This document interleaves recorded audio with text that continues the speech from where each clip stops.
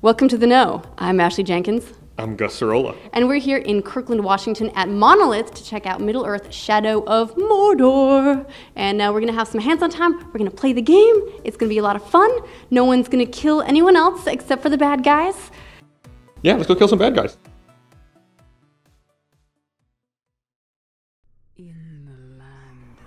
So we just saw our main character there, right? Talion? Talion, yeah. So this takes place in Mordor between The Hobbit and Lord of the Rings. So this is when Gondor is patrolling the borders of Mordor. Correct. And there's he's one of the rangers. And who's watching the Black Wall, or the Black Gate. Yes, and he gets squashed when Sauron returns to Mordor, but he doesn't stay dead, and he comes back to life. A spirit brings him back. Yes, and we haven't really known, like up to this point, like what that spirit is. Yeah. But we learned a little bit more about at Comic-Con that it's actually the elf Celebrimbor. So I always want to put the M in the wrong place. Who was the elf who forged the higher rings of power for Sauron back in the day. Right. Celebrimbor was the greatest smith of the Second Age and created the rings of power, and he's the Wraith character that you see in a lot of these gameplay videos. Yeah, so he's returned basically out of a sense of guilt for his part in forging the rings, and throughout the game you're looking for artifacts that will help restore his memories. So in this scene you see Talion holding his circlet. Celebrimbor's circlet. Celebrimbor's circlet, which is an artifact that restores some of his memories. Earlier, we were shown a demo where more memories were restored by recovering some of his tools. So that's a key element, story element throughout the game. And one of the interesting things is, since Gollum is also affected and driven by the ring, or by the One Ring, that he is also seeking out a lot of these artifacts. Yeah, and, it's pretty cool. Yeah. I mean, it's nice seeing Gollum and like seeing your paths cross. Yeah. So this is an interesting thing. Is previously, but basically before Comic-Con, they didn't show you that Celebrimbor was the Wraith. It looked like a blue see-through Talion. So now it's clear that it's actually Celebrimbor, which is pretty cool. I like it a lot. It's neat to see the idea of the Ranger body and the Wraith spirit sort of coexisting together and working together to fuck Sauron up. It's like for revenge, bro. It's like the two-headed monster in Sesame Street. Yeah. Except they're both going in the same direction. Yeah, and you get to use a lot of the Wraith abilities to, like, for example, for dominating wildlife, which is my favorite, by the way. I'm so excited about this. Like this Growler. He's huge. He's like the size of a building, and you just get to ride him around. Yeah, so if you see wildlife, you can dominate them and use them as a mount. And the two that we did a lot were the Graug and the Caragors, which is you're on the Caragor here, the smaller one. Yeah, yeah. So when I saw the demo at E3, I didn't realize you could dominate the Graug. I just thought they were this huge thing, and you had the Caragors. So this was a nice surprise. Yeah, I spent the whole time, basically my whole play demo, just running around on these guys, trying to build myself like a whole wildlife army. Well, and the great thing was, once you dominated an animal, it stayed dominated. So like here, you switched over to the Graug. That Caragor you dominated earlier is still friendly to you, and if he saw that you were in a fight, he'd run over and fight also. Yeah, so you can actually dominate a whole bunch of them together if you want that to be part of your strategy. Like here, for example, because I'm a sucker for the wildlife, I'm going to try to dominate both of these Caragors that have come along to attack the Graug, because that's their normal dynamic. Normally they attack the Graug attacks back, and they're enemies. But I want to dominate them all, make them my army. They're like your Pokemon. They're my Pokemon. So and then once I have all of them, they can go with me into battle. Yeah, like sort of. It's not like you can't exactly bid them, you can't command them to go anywhere, but they will absolutely attack stuff. And if you're riding one, you can use them to attack. Like they can bite an enemy who's down. Yeah, it's pretty cool the abilities they have. So I keep stepping on my little dudes. The downside of one of them just ran off to attack another guy for me. And the downside of the Graug is you're out of melee range, so you can't use your sword, but you can on the Caragor. Yeah, there's also in some areas there's wildlife. They're in cages for some reason. I don't know why, but they are. I was hoping this was like a super special one because it was in a cage, but turns out it's just a normal Caragor. But they did say that sometimes there are unique and special creatures that will spawn in the wild. Yeah, we didn't actually see any, yeah. so you know, I'm not sure if they're visually distinctive or what that looks like. But here we're taking them into battle. And this is we awesome. talked You can knock them down, and they just like. Yeah. It's like a dog with a chew toy. And when you allow your Caragor to bite a fallen enemy, it actually restores your Caragor's health. And if you want, you can drain some of your mount's health to refill your Elf Shot, which is kind of like your special. Like your what powers your abilities. Wraith abilities, yeah. Yeah. So you can drain some of his health to refill your Elf Shot, and then go eat some dudes, and that refills their health. Yeah, and quick note here too, because this guy we're killing, he was guarding a whole bunch of slaves here. So we asked the developers if freeing more slaves, because that's something you can do throughout this whole area, would affect the game. And I guess that's something they're not ready to talk about yet, but it sounds like it's a possibility that there's a larger metagame like affecting, affecting, you know, the I don't know, productivity of the farming area of Nirn, which is where we are in this. So the interesting thing about this here is you're fighting a captain, and this captain was afraid of Caragors. Big sissy. So he saw you on a Caragor and he took off running, and then as luck would have it, these other Caragors were in the area and they started attacking him too. Yeah, they were just random Caragors who showed up. I totally see why he is afraid of Caragors, by the way, considering, you know, all of this. He got killed by them. I mean, this was the funniest thing that that happened to us while we were capturing. And that's part of. I was gonna try and dominate him, but the button for mount is the same button as that, so I kept just like hopping back on my Caragor. Well, and his fear of Caragors plays into this, what we're seeing now, actually, how all these captains are procedurally generated. And they have procedurally generated, I guess, aesthetics, names, and strengths and weaknesses. Yeah, so that guy, he was afraid of Caragors, which made him weak to them, but there's others that are strong against all beasts or are immune to ranged attacks. They have a couple of weaknesses and then a whole bunch of strengths, which basically means that each of them need to be,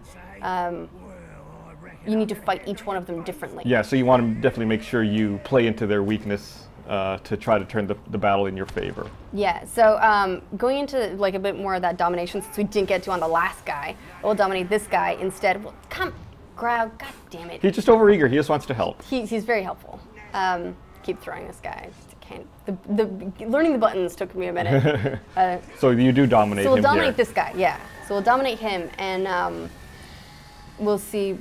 He has a couple of different options because he's already a captain to one of the war chiefs, which are the war chiefs are the guys that are up on the platforms there. They're like generals. Yeah, they're the generals, and in this your mission is actually to try to take over all the war chiefs.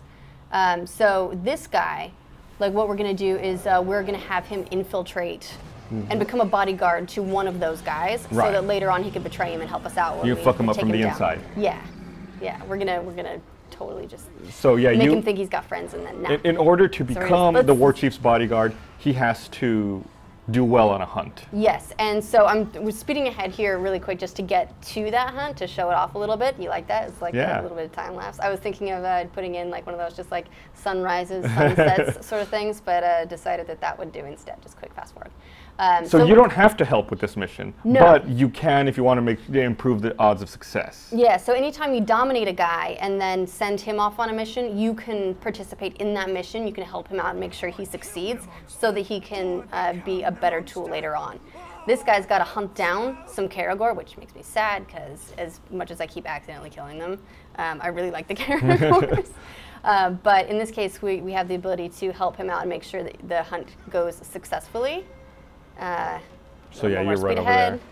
And since you've dominated him, all of the dudes who follow him and are with him are I guess are part of your army now as well. Yeah, they won't attack you. Through controlling him, we control them as well. So correct. yeah, I'll walk up to him right here, and they'll be friendly. Ish. As friendly as an Uruk can be. Probably a little bit smelly. I mean, definitely. So he's succeeded. He's all like, "What's up? This is amazing. I'm badass.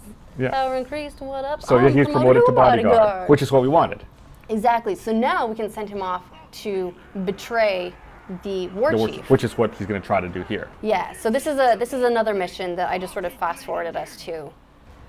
And there he is. There he is, looking so proud of himself. And it looks like things are going to go really well at first. It does. I mean, he didn't kill him. He had the element of surprise. You know, but he did take the war chief's health down a little bit. And you can see the war chief's bodyguards here have the skulls over their head, and our dominated dude has that little blue marker. Yeah, and I nearly shot him before I realized what it was. I wasn't going to call it out.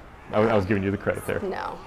And the war chief has that gold marker above his head. You can see he's fighting right by you with our dominated dude. Yes, so we can hop into this and try and whittle his health down. Ha, it's fun. Yeah, popping dudes' heads. So the bodyguards are all named, generated, unique characters as well, so that you get your little intro here. Yeah, so if the war chief were to fall, one of them might get promoted in his place. Correct. It's like the power structure continues. Yeah, and they'll, because we've fought this guy, if he were to escape, he would remember us later on. Right. And call that out. And yeah, and every bit of combat. Oh, there goes the war chief. Affects the world and the future. Oh, you big sissy, don't run. So he takes off. So we're gonna try and chase him down, but yeah. That makes me kind of sad. I was hoping that we'd actually get to kill him because we're sort of down to the last few minutes of our demo here. But that was cool. Yeah, so you got to use a lot of the abilities to try to attack everyone at once. Yeah, at this point we're just gonna fight a bunch of dudes. I think that's the way to go. Yeah, and then the interesting thing I thought was after we were done capturing, we had a few more minutes to play, and I decided to come back and try to redo some of this stuff. It was like night and day, dude. And I took a stealthy approach where I was hiding and just trying to stealth kill and assassinate people without them knowing that I was there. And it was a totally different experience going about it that way. Yeah, it was for one, it was night, which I thought was interesting, and time had progressed because I had died, and time progresses, and we'll see a little bit of that in a minute. But it was. You were sneaking up on watchmen and climbing and scaling around and getting behind everybody. You figured you were dropping down on people and assassinating them. Yeah. It was a lot more like game. Assassin's Creed is what I was thinking of. Yeah, like Assassin's Creed or a Splinter Cell. Yeah, Splinter Cell. Yeah. Whereas yeah. I'm just going. You're caughting it. Let's just say that I don't have a lot of subtlety. No, not at all. But I really like popping dudes' heads. I think that's fun. And you like the Caragors. I do like the Caragors. They're my favorite thing. When this comes out, I suspect I'm just going to ride Caragors around all day and free slaves. Yeah. And pop dudes' heads and like pop that. Dudes' heads. You were a fan of that. This is cool, though. It is cool that in the middle of battle, if you get a streak up, you can, in the middle of battle, dominate a guy, and then he'll fight on your side, which can cause some nice confusion. Speaking of streaks, you can see when you attack on the left side of the screen, there's a hit counter that goes up. There goes another captain. Hey, you got one of the bodyguards died. And when the combo turns to a red number, you unlock, I guess, an ability that you can use. Whether that's like a combat domination or that I don't know. I just call it a ground pound. Yeah, I'm sure it's got a much more official. See there, you can see it's red and shaking, name. 14, 15, and so you can use your abilities. And there, you used it for the combat domination. And now that character or that NPC will fight on your behalf. And my health's getting a little bit low, but the health regenerates as well if you do well in battle. Yeah. So it's one of those slippery slopes, I think. Yeah, I think you got lucky there. You unlocked an ability point and basically leveled up, which refilled your health. Yeah, we don't have a lot of details about how level stuff will work, but it seems like fairly traditional. Get a bunch of points and you can unlock a new ability, skill tree kind of stuff, but not like you're level 4. Right. You can dominate this dude. And then you can definitely see Celebrimbor up close. Yeah, he looks cool. So this guy I'm gonna send him to betray something. I just zoom past that because I want to get to the death part. Death is exciting. Oh, and you can see over there the defender type of character who's got that shield. He's yeah, the one who so killed those you. Guys, by the way, are the reason that I died. Yeah, you're supposed to jump over them and attack them from behind. So this guy is actually going to get promoted. Yeah, he's a nobody. He's just a grunt. Yeah, but he killed me, and so he's won renown. And he's gonna get promoted up. Besides, there are a lot of job openings. Yeah, the few that died, you can see their positions are empty. Then nobody moved into that captain position, and then the internal politics of Uruk society continue to play out as time passes. Yeah. So instead of death rewinding time and you have to go back to a checkpoint, instead time moves ahead, and there are power shifts in the Nemesis system, and then you come back and you get to do it again. Or try again, I guess. Yeah, so that was it. It was a ton of fun. I'm really excited about this game. Looking forward to it coming out. Yeah, it comes out end of September. September 30th. Big thanks to Monolith, WB Interactive Entertainment for having us out. Check out the game. It's so much fun.